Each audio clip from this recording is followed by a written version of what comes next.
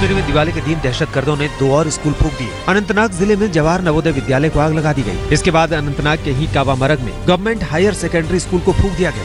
पिछले करीब 3.5 महीने में अब तक 19 सरकारी और 2 निजी स्कूलों को आग लगाई जा चुकी है। इनमें से 7 स्कूल पूरी तरह खाक हो गए, जबकि 12 स्कूलों की इमारतों को भारी नुकसान हुआ है। पिछले 7 दिन में ही कश्मीर के अलग अलग इलाकों में 7 स्कूल जला दिए गए। स्कूलों को जलाने के मामले में सबसे ज्यादा प्रभावित कुलगाम जिला है, जहां अब तक 5 स्कूलों को जलाया जा चुका है।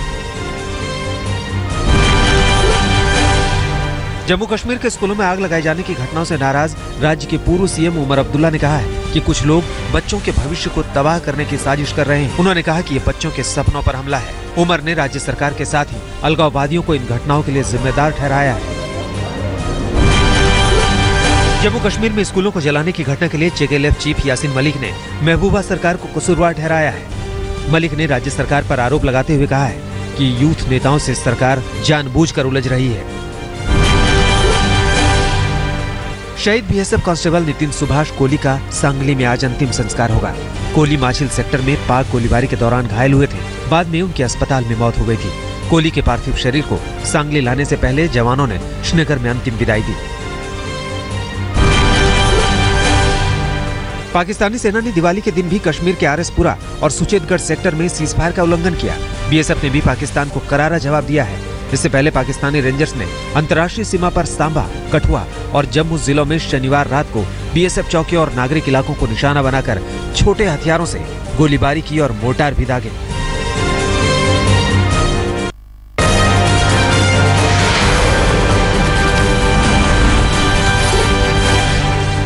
दिवाली की आतिशबाजी में दिल्ली की हवा में प्रदूषण का स्तर 10 से 20 गुना तक बढ़ गया है। रात 11:15 बजे द्वारका में PM 2.5 का स्तर 792 माइक्रोमीटर था, जो सामान्य से 13 गुना ज्यादा था। दिलशाद गार्डन में यह स्तर 1000 माइक्रोमीटर मिला, जो सामान्य से 17 गुना ज्यादा है। पंजाबी बाग में हवा 15 गुना ज्यादा प्रदूषित थी। वहीं आर के पुरम में प्रदूषण का स्तर रिकॉर्ड तोड़ 42 गुना ज्यादा दर्ज किया गया।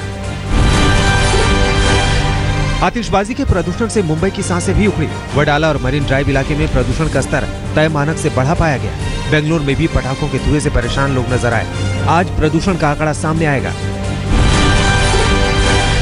दिल्ली के मंडावली में आतिशबाजी के चलते एक मोबाइल टावर खाक हो गया। दमकल की गाड़ियां जब तक पहुंचती तब तक आग खुद ही बुझ गई। चश्मदीदों के मुताबिक टावर में लगी मशीनों में जोरदार धमाका भी हुआ।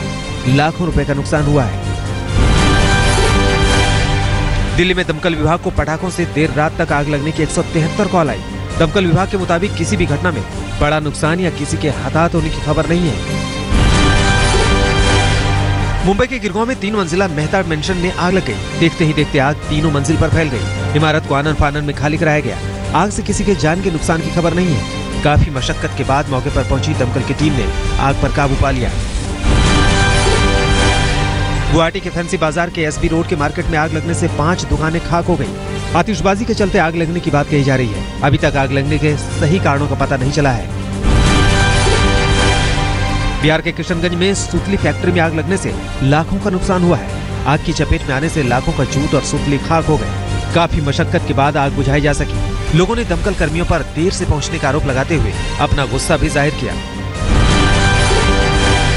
तेलंगाना के करीमनगर में कपड़े के शोरूम में आग लग गई। लाखों रुपए के नुकसान की आशंका जताई जा रही है। आग लगने के सही कारणों का पता नहीं चल पाया है। पटाखों के चलते आग लगने की बात कही जा रही है।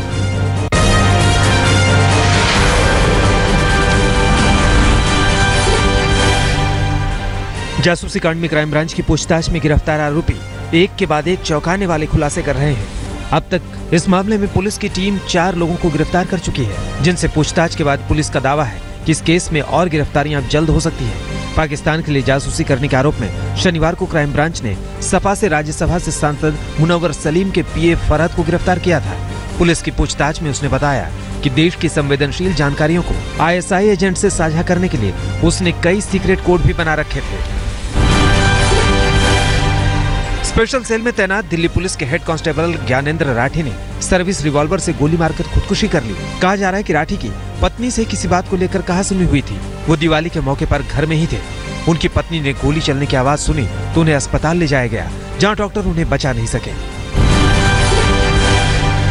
दक्षिण अफ्रीका के मोजाम्बिक के बेरा शहर में भारतीय मूल के महेंद्र गर्ग की बदमाशों ने हत्या कर दी। महेंद्र मूल रूप से दिल्ली के थे। पिछले दिनों जब वो दफ्तर जा रहे थे तो रास्ते में लुटेरों ने AK-47 से ताबड़तोड़ गोलियां चलाकर उनकी हत्या कर दी। उनके परिजनों का आरोप है कि भारतीय दूतावास मदद के नाम पर पैसे की मांग कर रहा है। गुजरात के भुज में पैसे की लेनदेन में एक शख्स ने 2 सगे भाइयों को गोली मार दी। बड़े भाई की मौत हो गई, छोटा भाई अस्पताल में है। पूरी घटना CCTV में कैद हो गई। दिलचस्प है कि जिसने गोली मारी वही घायल होकर अस्पताल भी पहुंचा। अभी तक किसी की गिरफ्तारी नहीं हुई है। बिहार के सुपौल में लूट की योजना बनाते समय 4 बदमाश धरे गए और 4 फरार हो गए। इनके कब्जे से देसी कट्टा, जिंदा कारतूस, मोबाइल फोन और मोटरसाइकिल जब्त हुए हैं। पुलिस ने इन्हें गुप्त सूचना के आधार पर धर दबोचा। बिहार के हाजीपुर में प्रदर्शनकारियों ने 2 सरकारी बसें फूंक दी। स्थानीय लोग 2 ट्रकों में आमने सामने हुई टक्कर के बाद गुस्से में थे। इनमें से एक ट्रक गंडक नदी में ड्राइवर समेत डूब गया, जिसका पता घंटों तक नहीं लगाया जा सका। प्रशासन की ओर से राहत का काम चल रहा था, लेकिन देरी का आरोप लगाते हुए स्थानीय लोगों ने प्रदर्शन किया। बदमाशों ने बीच बचाव करने आए एक युवक की चाकुओं से गोदकर हत्या कर दी। मामला हरियाणा के सोनीपत का है। 6 से 7 बदमाश एक लड़के को पकड़कर पीट रहे थे। पास से जा रहे मोहित ने आपत्ति जताई तो बदमाशों ने उस पर ताबड़तोड़ चाकुओं से हमला कर दिया। मोहित की मौके पर ही मौत हो गई। बदमाशों को पकड़ा नहीं जा सका है।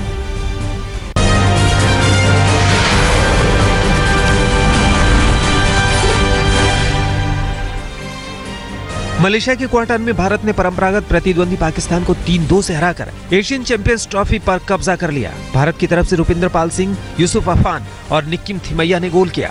भारत की टीम इस मैच में कप्तान श्रीजेश के बगैर खेल रही थी। एशियन चैंपियंस ट्रॉफी जीतने पर प्रधानमंत्री नरेंद्र मोदी ने भारतीय टीम को बधाई दी है। पीएम ने ट्वीट कर कहा कि हॉकी टीम पर गर्व है, एशियन चैंपियंस ट्रॉफी जीतने पर बधाई।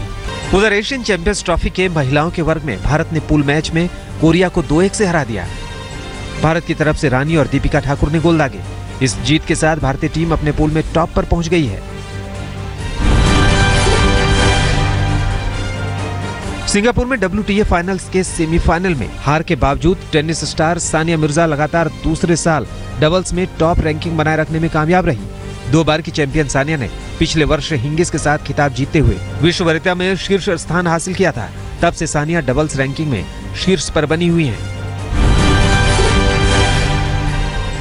बैडमिंटन खिलाड़ी साइना नेहवाल ने कहा है कि भारत में आधारभूत ढांचे की कमी नहीं है, लेकिन चीन की तरह अच्छे कोच और एकेडमी का टोटा है।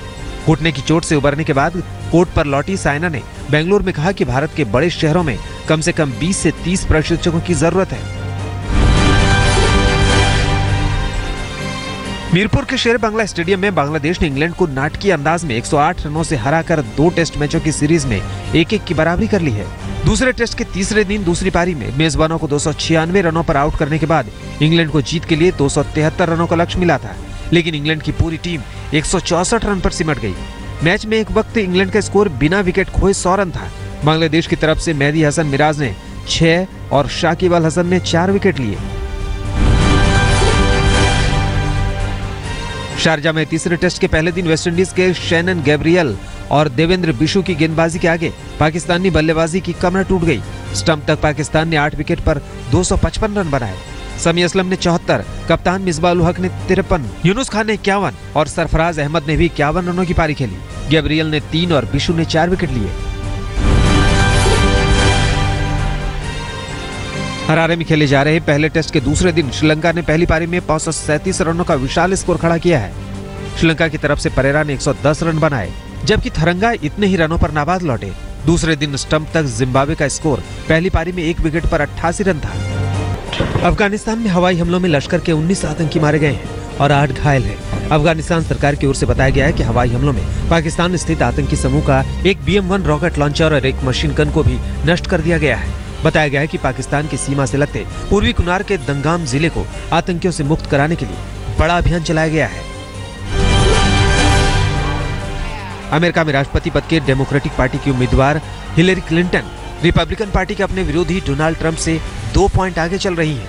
अमेरिकी न्यूज एजेंसी ABC और वॉशिंगटन पोस्ट ने अपने चुनाव अनुमानों में बताया कि क्लिंटन को 47% मतदाताओं का समर्थन हासिल है, जबकि ट्रंप को 45% समर्थन है।